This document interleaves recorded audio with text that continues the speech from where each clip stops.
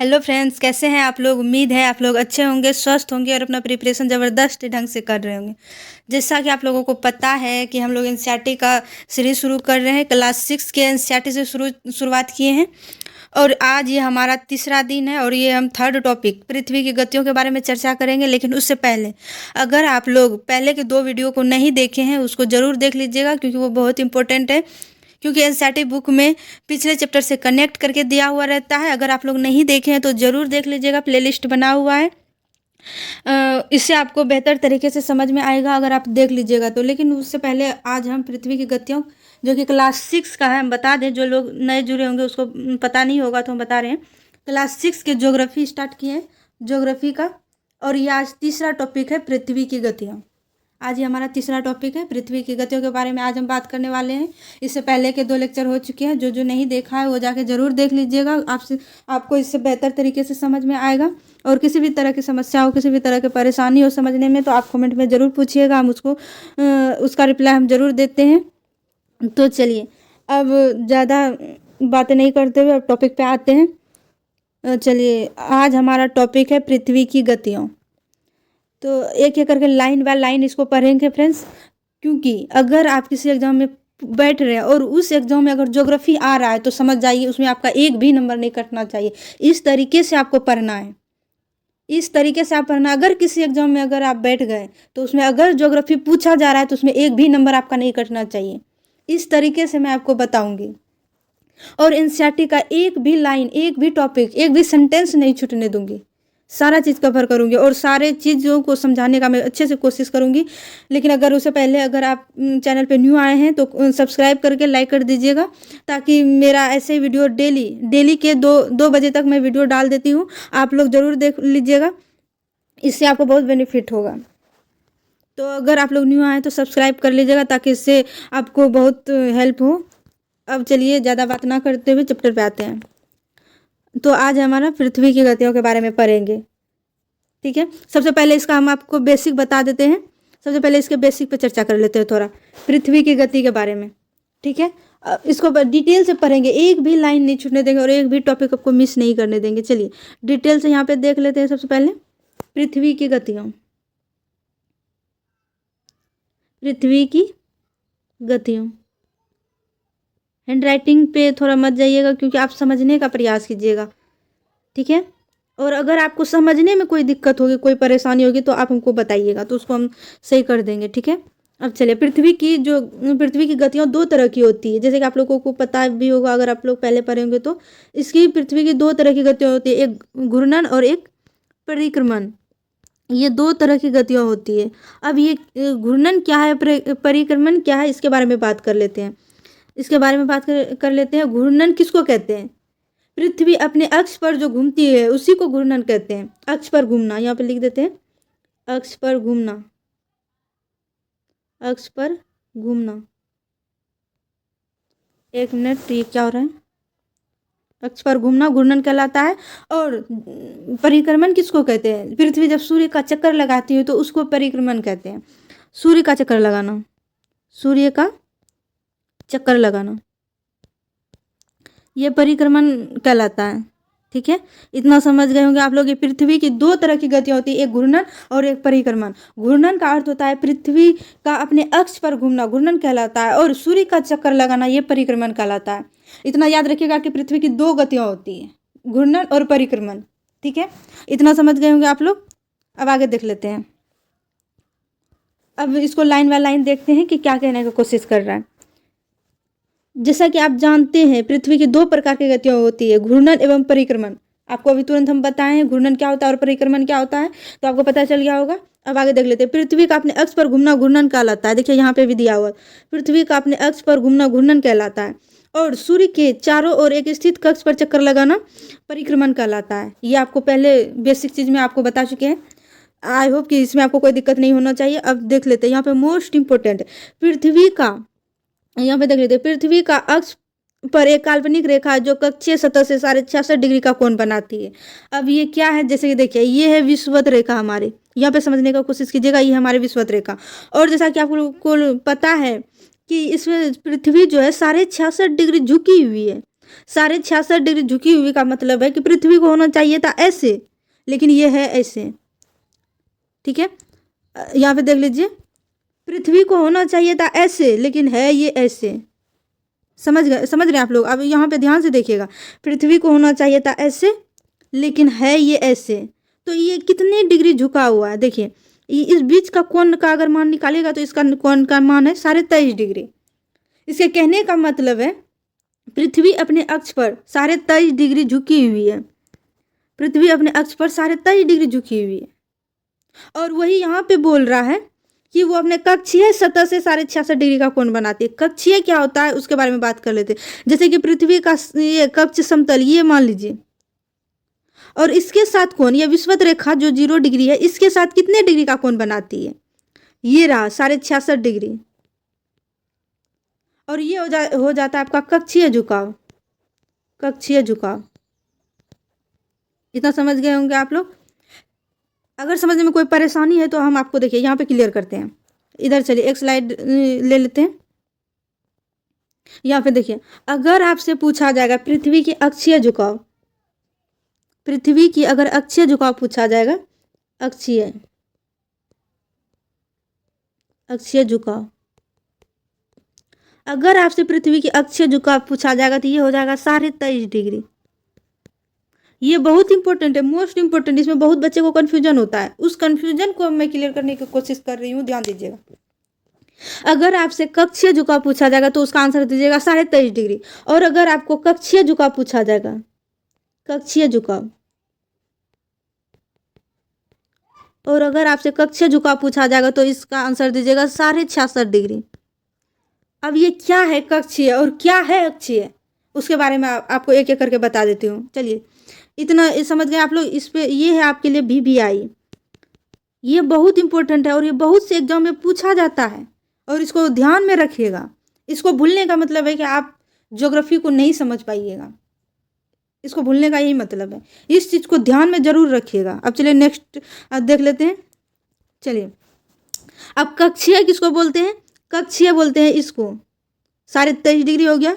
और अक्षीय झुकाव बोलते हैं जो इसके साथ में कोण बनाता है, उसको बोलते हैं अक्षीय झुकाव, जो इसके साथ में कोण बनाता है। ठीक है, उम्मीद है आपको समझ में आ गया होगा। अब आगे देख लेते हैं, आगे क्या कह रहा है एनसीईआरटी के बुक में। वह समतल जो कक्ष के द्वारा बनाया जाता है कक्षीय समतल कहते हैं। अभी तुरंत बताएं आपको, यहाँ पे ये इसके साथ जो बनाया जाता है उसको कक्षीय समतल कहा जाता है, और इसके साथ जो है पृथ्वी 66.5 डिग्री का कोण बनाती है। ठीक है, चलिए आगे देख लेते हैं। पृथ्वी सूर्य से प्रकाश प्राप्त करती है। पृथ्वी का आकार गोले के समान है, इसीलिए एक समय में सिर्फ इसके आधे भाग पर ही सूर्य की रोशनी प्राप्त होती है। जैसे कि एग्जांपल के रूप में आप ले लीजिए, एक गेंद है, यहाँ पे देख लेते हैं, यहाँ पे एक स्लाइड ऐड कर लेते हैं। जैसे कि मान लीजिए यहाँ पे एक गेंद है, वो ये क्या हो गया, आपको अच्छे से समझाने का कोशिश कर रहे हैं, समझिएगा। मान लीजिए यहाँ पे एक गेंद है, ठीक है, गेंद है, और यहाँ पे मान लीजिए यहाँ पे एक टॉर्च है, ये रहा टॉर्च।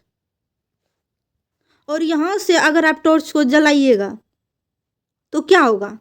इसके एक ही भाग में लाइट पड़ रहा है, एक ही भाग में लाइट पड़ रहा है, एक ही भाग में। आपको ज़्यादा फोकस कहाँ होगा? ज़्यादा फोकस इस जगह पे होगा, और यहाँ पे जो पड़ेगी तिरछी पड़ेगी, और इधर भी तिरछी पड़ेगी। लेकिन यहाँ पे ध्यान दीजिएगा, इतने भाग में तो लाइट पड़ा। मान लीजिए ये सन का, अगर टॉर्च की जगह पे आप सन को रख के देखिए, इतने जगह पे तो एकदम अच्छे से लाइट गया। ठीक है, इधर जो गया वो तिरछी गया। इसका मतलब है इतने भाग में तो दिन होगा, लेकिन इतने भाग में क्या हो जाएगा? रात होगा, क्योंकि इधर सूर्य का प्रकाश नहीं पड़ रहा है। इधर हो जाएगा दिन और इधर हो जाएगा रात, क्योंकि इधर सूर्य का प्रकाश नहीं है, और इधर जो है सूर्य का प्रकाश अच्छे से तरीके से पड़ रहा है, अच्छे तरीके से पड़ रहा है, इसलिए इधर दिन हो जाएगा, इधर रात हो जाएगा। ठीक है, लेकिन एक और बात ध्यान से देखिए, ये जो है जिस जगह से ये दोनों मतलब बट जाता है, दिन और रात अलग हो जाता है, इसको क्या बोलते हैं? इसको बोलते हैं प्रदीप्त वृत्त।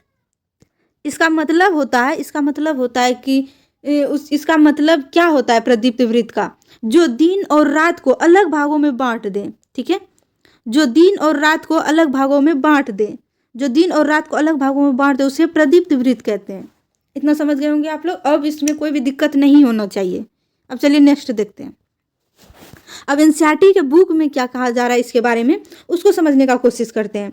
सूर्य की ओर वाले भाग में दिन होता है, आपको अच्छे से बताएं, जिधर सन रहेगा, जैसे यहाँ पे देखिए दिया गया है, इधर सन बना दिया और इसमें लाइट जा रहा है, लाइट जा रहा है, लाइट जा रहा है, तो कितना दूर लाइट जाएगा? एक ही भाग में लाइट जाएगा ना, एक ही भाग में लाइट जाएगा ना। इधर तो लाइट नहीं जाएगा, इधर हो जाएगा दिन और इधर हो जाएगा रात। लेकिन जहाँ पे दिन और रात अलग होता है, जैसे कि ये लाइन ले लीजिए कि इधर दिन हो रहा है, इधर रात हो रहा है, इसको ही बोलते हैं प्रदीप्त, इसको ही बोलते हैं प्रदीप्त। ठीक है, इतना समझ गए होंगे आप लोग। आपको बहुत मेहनत करके समझाने का कोशिश किए हैं, आप लोग इसको समझने का भी कोशिश कीजिए आप लोग भी। ठीक है, अब देख लेते हैं आगे क्या बोल रहा है। जबकि दूसरा भाग जो सूर्य से दूर है वहाँ रात होती है। ग्लोब पर वह वृत्त जो दिन और रात को विभाजित करती है उसे प्रदीप्त वृत्त कहा जाता है। देखिए उसे क्या कहा जाता है? प्रदीप्त वृत्त। आपको समझ में आ गया होगा, हम पहले भी इसको अच्छे तरीके से एक्सप्लेन करके समझाए हैं, कोई दिक्कत नहीं होनी चाहिए इसमें। ठीक है, अब आगे देख लेते हैं। यह वृत्त अक्ष के साथ नहीं मिलती है, यह वृत्त जो है अक्ष के साथ में नहीं मिलती है। जैसा कि आप चित्र 3.2 में देख सकते हैं, पृथ्वी अपने अक्ष पर एक चक्कर पूरा करने में लगभग 24 घंटे का समय लेती है। घूर्णन के समय काल को पृथ्वी दिन कहा जाता है। यह पृथ्वी की दैनिक गति कहते हैं। पृथ्वी की दैनिक गति किसे कहते हैं? पृथ्वी जो है एक दिन में सूर्य का जो चक्कर लगाती है 24 घंटे में, उसे दैनिक गति कहते हैं। नहीं सॉरी, पृथ्वी अपने अक्ष पर 24 घंटे में घूमती है, जिसे घूर्णन कहा जाता है, उसे ही पृथ्वी का दैनिक गति कहा जाता है।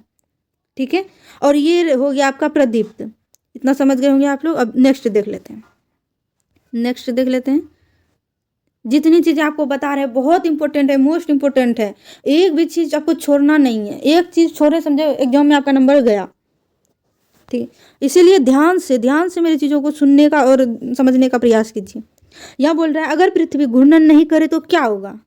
आप बताइए, अगर पृथ्वी घूर्णन नहीं करेगा तो क्या होगा? इसका जो है आंसर हमको कमेंट बॉक्स में हर उस स्टूडेंट से चाहिए जो हमारा वीडियो देख रहा है।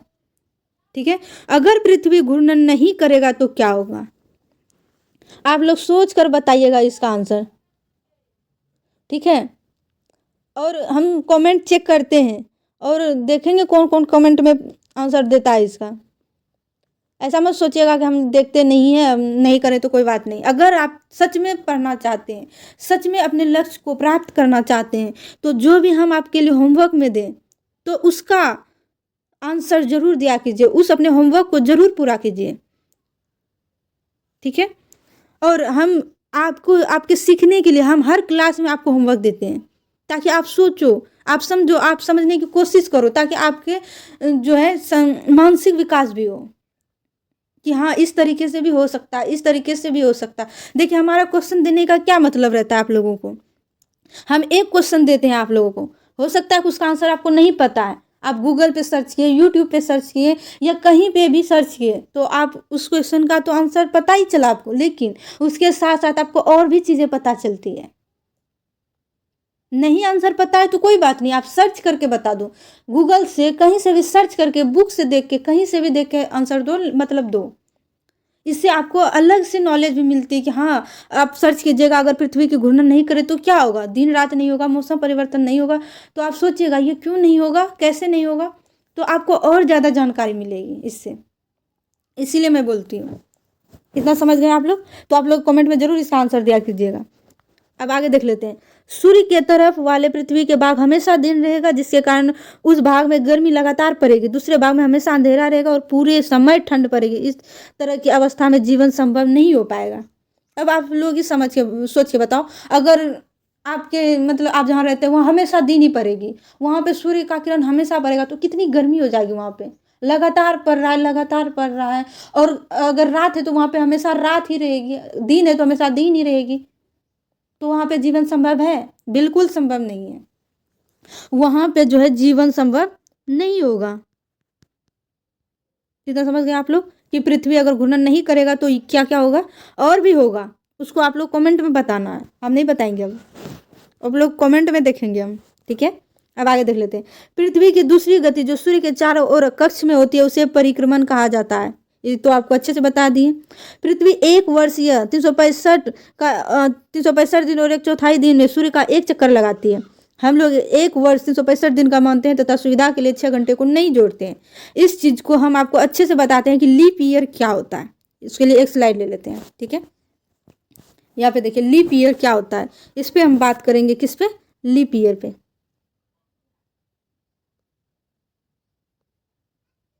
लीप ईयर क्या है? हमारे नॉर्मल डे में जो है कितना पृथ्वी, मतलब मेरे कहने का मतलब है पृथ्वी सूर्य का चक्कर कितने समय में लगाता है? तो आपका आंसर होना चाहिए 365 दिन 5 घंटे 5 आवर और 48 मिनट।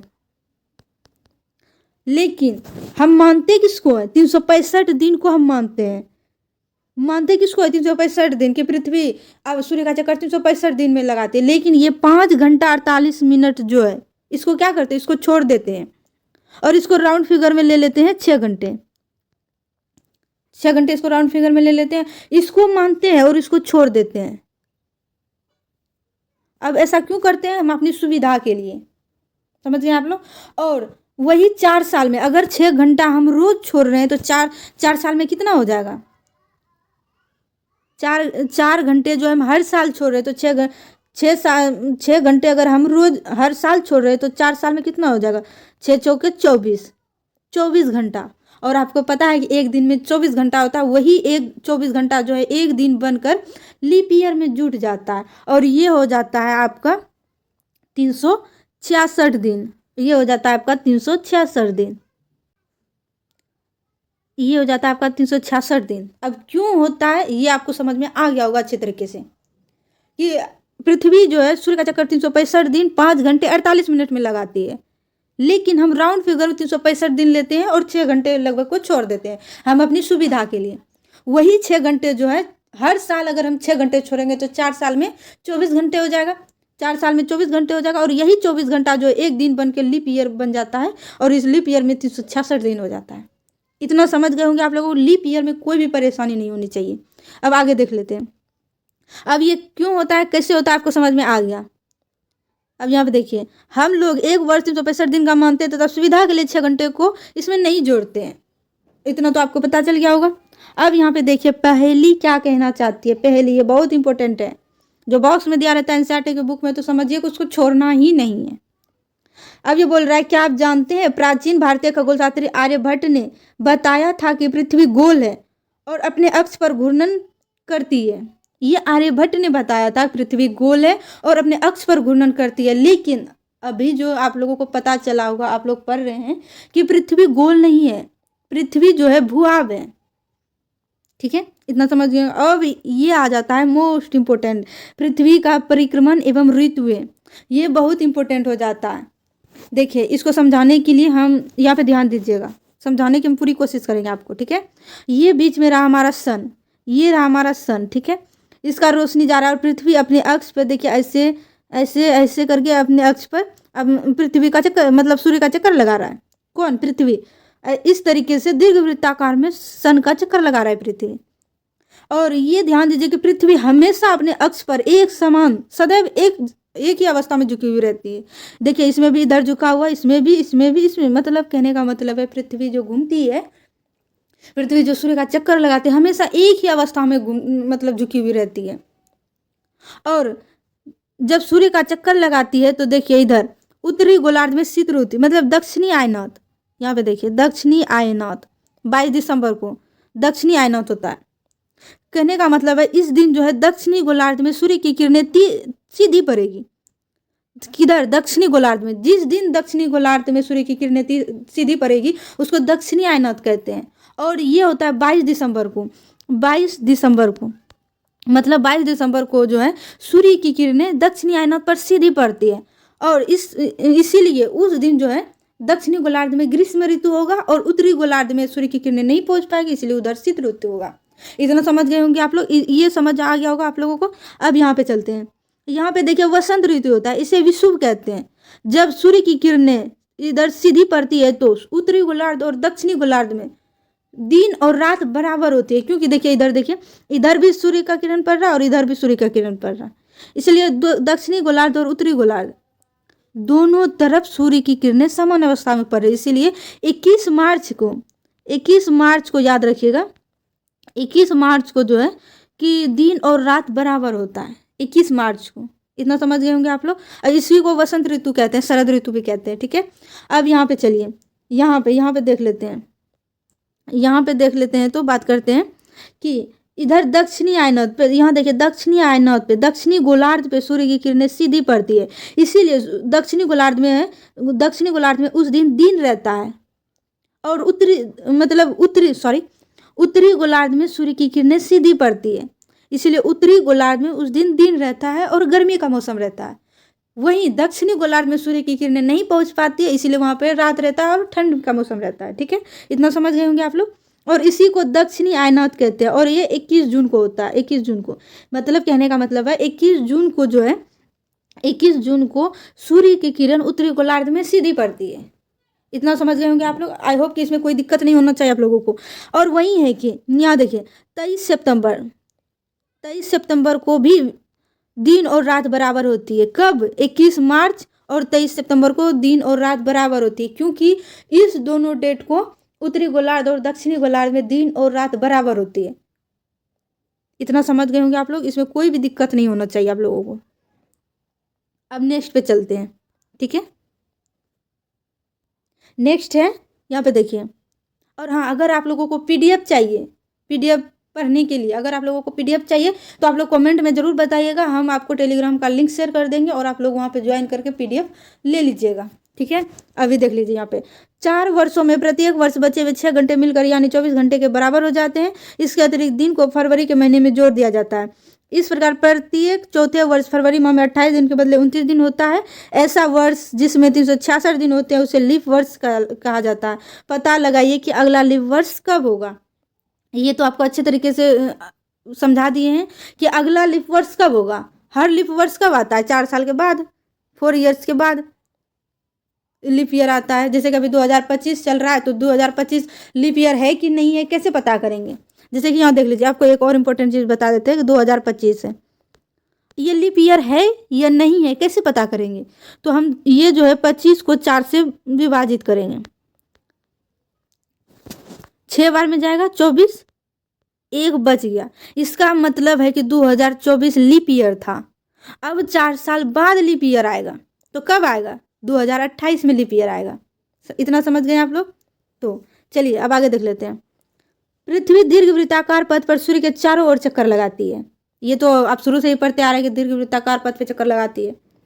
ध्यान दीजिए कि पृथ्वी पूरे कक्ष में एक ही दिशा में झुकी हुई रहती है। इसको हम अच्छे तरीके से पीछे समझा दिए हैं कि पृथ्वी हमेशा एक ही कक्ष में झुकी हुई रहती है।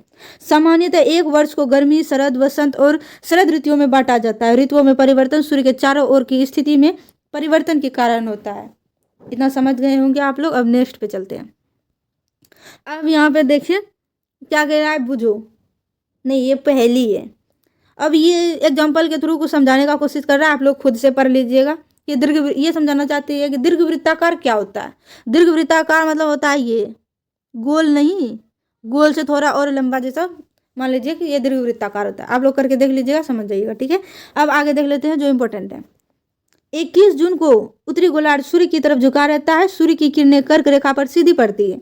इसके परिणाम स्वरूप इन क्षेत्रों में ऊष्मा अधिक होती है। आपको तो ये अच्छे तरीके से समझा दिया कि 21 जून को उत्तरी गोलार्ध में सूर्य की किरणें सीधी पड़ती है, ठीक है। इसीलिए वहाँ पे उसको उत्तरी आयनात भी कहा जाता है। वहाँ पे गर्मी भी अधिक रहता है और ध्रुवों के पास वाले क्षेत्रों में कम ऊष्मा रहती है। अगर देखिए यहाँ पे सूर्य की किरणें जो है कि कर्क रेखा पर सीधी पड़ेगी तो ध्रुव के पास ऊष्मा जा पाएगा उतना, तिरछी किरण जाएगी सूर्य की। जैसे यहाँ मान लीजिए कि ये ले लेते हैं और ये ले लेते हैं सन, ये ले लेते हैं सन, यहाँ पे 1 मिनट, ये ले लेते हैं सन, यहाँ पे जाएगा, यहाँ पे ये रहा मान लीजिए कर्क रेखा, इस पे जाएगा तो यहाँ पे तो तिरछी किरण ही जाएगी ना। यहाँ पे वही कह रहा है तिरछी किरण, समझ जाइएगा आप लोग। हो सकता है उतने अच्छे से हम डायग्राम पे मत जाइएगा, आप बस मेरी बातों को कुछ समझने का कोशिश कीजिए, ठीक है। अब आगे देखते हैं। वहाँ सूर्य की किरणें तिरछी पड़ती है। उत्तरी ध्रुव सूर्य की तरफ झुका रहता है तथा ध्रुव के रेखा वाले भागों में लगभग 6 महीने तक लगातार दिन रहता है। क्यों? क्योंकि वहां पे हर समय जो है सूर्य की किरणें तिरछी पड़ती है, इसीलिए। उत्तरी गोलार्ध में बहुत बड़े भाग में सूर्य की रोशनी पड़ती है, इसीलिए विषुवत वृत्त के ऊपरी भाग में गर्मी का मौसम रहता है। 21 जून को इन क्षेत्रों में सबसे लंबा दिन और सबसे छोटी रात पृथ्वी की इस अवस्था को उत्तरी आयनोत कहते हैं। इसको हम अच्छे तरीके से आपको समझा दिए। चलिए आगे चलते हैं। अब आगे कह रहा है कि 22 दिसंबर को दक्षिणी ध्रुव के सूर्य के चारों ओर ओर झुके होने के कारण मकर रेखा पर सूर्य की किरणें सीधी पड़ती है। चूंकि सूर्य की किरणें मकर रेखा पर लंबवत पड़ती है, इसलिए दक्षिणी गोलार्ध के बहुत बड़े भाग में प्रकाश होता है। मतलब आपको तो पता है दक्षिणी गोलार्ध में मकर रेखा होती है और उत्तरी गोलार्ध में कर्क रेखा, ये आपको पिछले चैप्टर में पढ़ा चुके हैं। तो अगर मकर रेखा पर सीधी किरण पड़ेगी तो वो कब पड़ेगी? 22 दिसंबर को। उस दिन दक्षिणी गोलार्ध में जो है सबसे बड़ा दिन रहेगा और सबसे छोटी रात, और वहाँ पे गर्मी होगी और दक्षिणी ध्रुव की तरफ जो है तिरछी जाएगी और वहाँ पे 6 महीने का दिन और 6 महीने का रात होगा। इतना समझ गए आप लोग? वही बताने का कोशिश कर रहा है। पृथ्वी की इस अवस्था को दक्षिणी आयनोत कहा जाता है। आप जानते हैं कि ऑस्ट्रेलिया में, यहाँ देखिए इंपॉर्टेंट है, एनसीईआरटी में जिक्र किया गया है, ये इसलिए इंपॉर्टेंट हो जाता है, वेरी वेरी इंपॉर्टेंट। ऑस्ट्रेलिया में ग्रीष्म ऋतु में क्रिसमस का पर्व मनाया जाता है, जबकि हम इंडिया में रहते हैं। इंडिया में कब मनाया जाता है? ठंड में। सोचिए, इंडिया में ठंड में मनाया जाता है और ऑस्ट्रेलिया में गर्मी में। ये बहुत इंपॉर्टेंट हो जाता है क्योंकि एनसीईआरटी बुक में ये इसका जिक्र किया गया है। ठीक है, इतना ध्यान में रखिएगा। अब आगे देख लेते हैं। 21 मार्च एवं 23 सितंबर को सूर्य की किरणें विषुवत वृत्त पर सीधी पड़ती है। इस अवस्था में कोई भी ध्रुव सूर्य की ओर झुका हुआ नहीं रहता, इसलिए पूरी पृथ्वी पर दिन और रात बराबर होते हैं। इसे विषुव कहा जाता है। इस विषुवत रेखा पर 0 डिग्री विषुवत रेखा। देखिए, हम यहाँ पे आपको समझाने का कोशिश करते हैं, समझिएगा मेरी बातों को। ये जैसे मान लीजिए ये पृथ्वी है, ये पृथ्वी है और ये रही हमारे 0 डिग्री। इस दिन जो है 21 मार्च और 23 सितंबर को जो है कि सूर्य की किरणें विषुवत रेखा पर सीधी पड़ती है, तो कोई भी ध्रुव झुकी हुई नहीं रहेगी सूर्य की तरफ, इसीलिए इसमें जो है दिन और रात बराबर होता है। इतना समझ गए आप लोग? 23 सितंबर को उत्तरी गोलार्ध में शरद ऋतु होती है, जबकि दक्षिणी गोलार्ध में वसंत ऋतु होती है। 21 मार्च को स्थिति इसकी विपरीत होती है, जब उत्तरी गोलार्ध में वसंत ऋतु तथा दक्षिणी गोलार्ध में शरद ऋतु होती है। तो इस प्रकार स्पष्ट पृथ्वी के घूर्णन और परिक्रमण के कारण दिन और रात तथा ऋतुओं में परिवर्तन होता है। जैसे कि आपको यहाँ पे समझा चुके हैं, अच्छे से समझाएं आपको यहाँ पे। ये सारी चीजें वहाँ पे एक्सप्लेन करके बताया है।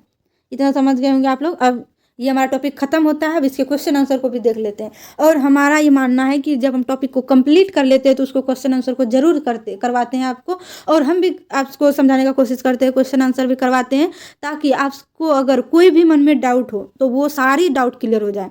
इतना समझ गए होंगे आप लोग, ताकि कोई भी समझने में परेशानी नहीं हो आपको। चलिए देख लेते हैं क्या कह रहा है। जैसे देखिए यहाँ पे बोल रहा है पृथ्वी के अक्ष का झुकाव कोण क्या है। इसको हम अच्छे तरीके से एक्सप्लेन करके बताएं कि 23.5 डिग्री। कितना? 23.5 डिग्री। और वही कक्षीय झुकाव बोलेगा तो 66.5 डिग्री। इसको ध्यान में रखिएगा। पृथ्वी एवं घूर्णन एवं परिक्रमण को परिभाषित कीजिए। घूर्णन एवं परिक्रमण को परिभाषित तो आप अच्छे से तरीके से कर सकते हैं, क्योंकि शुरू में ही हम बताएं कि घूर्णन क्या होता है। पृथ्वी का अपने अक्ष पर घूमना घूर्णन कहलाता है, पृथ्वी का सूर्य का चक्कर लगाना परिक्रमण कहलाता है। इतना समझ गए होंगे आप लोग। अब पूछ रहा है लीप वर्ष क्या? लीप ईयर तो आप लोग अच्छे से समझ पाइएगा, तो आपको अच्छे से एक्सप्लेन भी कर दिया। आप लोग वहाँ पे जाकर देख लीजिएगा कि लीप ईयर में 366 दिन होते हैं, क्योंकि हम राउंड फिगर में 6 घंटे को छोड़ देते हैं। 365 दिन का वही 6 घंटे हर 4 साल में जुड़ के एक दिन बनाता है, जिससे कि 366 दिन हो जाते हैं, इसलिए इसको लीप ईयर कहते हैं। ठीक है। और उत्तर एवं दक्षिणी आयनतों में अंतर बताइए। उत्तर एवं दक्षिणी आयनतों में क्या अंतर है? उत्तरी आयनत में जिस दिन होता है उस दिन जो है उत्तरी ध्रुव मतलब उत्तरी गोलार्ध में सूर्य की किरण सीधी पड़ती है, और दक्षिणी आयनत जब होता है तो दक्षिणी गोलार्ध में सूर्य की किरण सीधी पड़ती है। इतना समझ गए होंगे आप लोग। अब विषुव क्या है? विषुव जब दिन और रात बराबर होता है तो उसे विषुव कहता है, और इसका डेट क्या है ये आप लोग देख लीजिएगा कि विषुव कब कब होता है। ये होता है 21 मार्च और 23 सितंबर को। ये समझ गए आप लोग। और दक्षिणी गोलार्ध में उत्तरी गोलार्ध की अपेक्षा उत्तर एवं दक्षिण का आयनत अलग अलग समय होता है। क्यों? आप इसका आंसर ढूंढने का कोशिश कीजिएगा, हम पिछले में बता चुके हैं, इसीलिए आप देख लीजिएगा। ध्रुवों पर लगभग 6 महीने का दिन एवं 6 महीने की रात क्यों होती है? क्योंकि वहाँ पे सूर्य की किरणें तिरछी पड़ती है। इतना समझ गए होंगे आप लोगों को। पृथ्वी की सूर्य के चारों ओर की गति को कहा जाता है, इसको परिक्रमण कहलाता है। इसको अच्छे से एक्सप्लेन करके हम बताएं। ठीक है। सूर्य की सीधी किरणें विषुवत वृत्त पर किस दिन पड़ती है? सूर्य की किरणें जो है विषुवत वृत्त पर किस दिन पड़ती है? ये हो जाएगा आपका 21 मार्च को। और एक डेट है कौन सा है? 23 सितंबर। गर्मी में क्रिसमस का पर्व कहाँ मनाया जाता है? बोले थे ना याद रखने के लिए, यह ऑस्ट्रेलिया में मनाया जाता है। ऋतुओं में परिवर्तन पृथ्वी की किस गति के कारण होता है? ये हो जाएगा घूर्णन गति के कारण। ठीक है। और यहाँ चलिए, एक लीप वर्ष में कितने दिन होते हैं? 366 हो जाएगा। 366। पृथ्वी की प्रतिदिन की गति को क्या कहते हैं? यहाँ पे हम लिख लेते हैं 1 नंबर का 366। और दूसरा हो जाएगा दैनिक गति, ताकि आपको समझने में कोई भी दिक्कत ना हो, इसीलिए दैनिक गति। ठीक है, आपको 3 नंबर का बता देते हैं। और समझने में अगर कोई किसी भी तरह का परेशानी होगा तो हमको आप जरूर बताइएगा। पृथ्वी सूर्य के चारों ओर डेश कक्षा में घूमती है, यह हो जाएगा दीर्घवृत्ताकार। दीर्घवृत्ताकार। ठीक है। अब 4 नंबर का देख लीजिए। 21 जून को सूर्य की किरणें डैश रेखा पर सीधी पड़ती है। 21 जून को जो है सूर्य की किरणें कहाँ पे सीधी पड़ती है? उत्तरी आइनॉथ पे। उत्तरी आइनॉथ।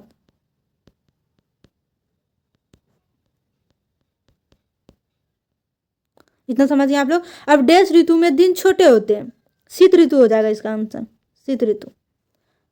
इतना समझ गए होंगे आप लोगों को। अब उम्मीद है आपको ये चैप्टर अच्छे से समझ में आ गया होगा। इसको हम पहले एक्सप्लेन किए और अपने से जो आपको एडवांस लेवल पे पढ़ाने का कोशिश किए थे, जो कि एनसीईआरटी में नहीं दिया हुआ है, उसको भी हम समझाने का कोशिश किया। और एनसीईआरटी के लैंग्वेज को हम छोटे छोटे चीज़ों में डिवाइड करके आपको समझाने का कोशिश किए। आई होप कि आपको ये वीडियो पसंद आया होगा। अगर आपके लिए ये हेल्पफुल है तो आप लोग कमेंट में ज़रूर बताइएगा और चैनल को सब्सक्राइब कर दीजिएगा, क्योंकि हम रोज़ ही ज्योग्राफी का वीडियो अपलोड करते हैं।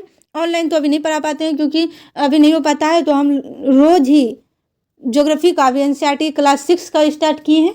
ऐसे धीरे धीरे क्लास 6 हो जाएगा, फिर 7 करेंगे, फिर 8 करेंगे, फिर 9 करेंगे, फिर 10 करेंगे। 6 से लेके 10 तक हम पहले ज्योग्राफी कंप्लीट करेंगे, फिर साइंस को भी हम धीरे धीरे करने का कोशिश करेंगे। बस थोड़ा टाइम कम मिल पा रहा है, इसीलिए अभी नहीं कर पा रहे हैं। जब थोड़ा टाइम मिलने लगेगा तो हम साइंस को भी अलग से स्टार्ट कर देंगे। और आप लोग एक भी यूनिट को मत छोड़ा कीजिए। आप पिछले 2 यूनिट हो चुका है, उसको ज़रूर देख लीजिएगा। और अगर आप किसी एग्जाम में बैठते हैं तो अगर उसमें ज्योग्राफी पूछा जाता है तो आपसे एक भी क्वेश्चन नहीं छूटे, ऐसा मैं सोच के पढ़ाती हूँ, ऐसा मैं मान के चलती हूँ। ठीक है। अगर आप लोग चैनल पे न्यू आए हैं तो सब्सक्राइब कर दीजिएगा और कमेंट में ज़रूर बताइएगा। Thank you. आपको वीडियो देखने के लिए थैंक्स।